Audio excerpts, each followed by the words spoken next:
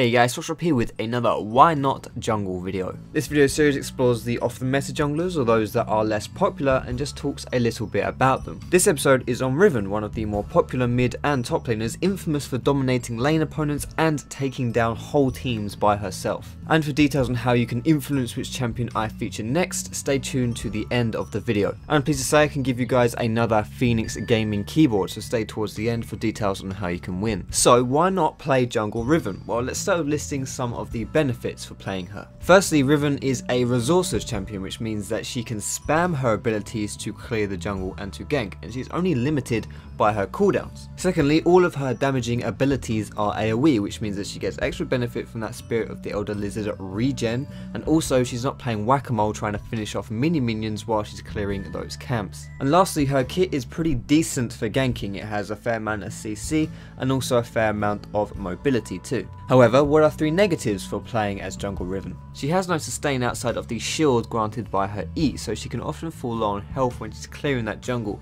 especially early on. Her shield is also not very effective for using within that jungle because the shield doesn't last long enough to block all of the shield's health. It only lasts for one auto attack from those jungle minions. And lastly, Riven has no real ganking power spike once she hits level 6, unlike some other junglers, for example Wukong, Pantheon or Vi. She gets increased damage, but nothing that makes her really scary or threatening. So what are my overall thoughts of playing Riven in the jungle? Well, I think first and foremost, she is predominantly underrated as a jungler. Unlike most unconventional junglers, she doesn't really struggle with clear speeds, and she doesn't fall victim too easily to other powerful early game junglers. Her ganks can be hit and miss, as she has to manually approach targets to beat down on them, although like I mentioned before, she does have decent mobility and nice CC to aid with her ganking. On the whole, her ganking is simple yet effective, but there is no real potential for anything majorly creative. Her transitioning into mid and late game is very good for a jungler, and so long as she doesn't become immensely underfarmed or behind, she can always be a threat with a high potential to carry games if she gets rolling. She doesn't really make for a great teamfight influencer by herself like someone like Wukong does, but she synergizes very nicely with those kind of champions.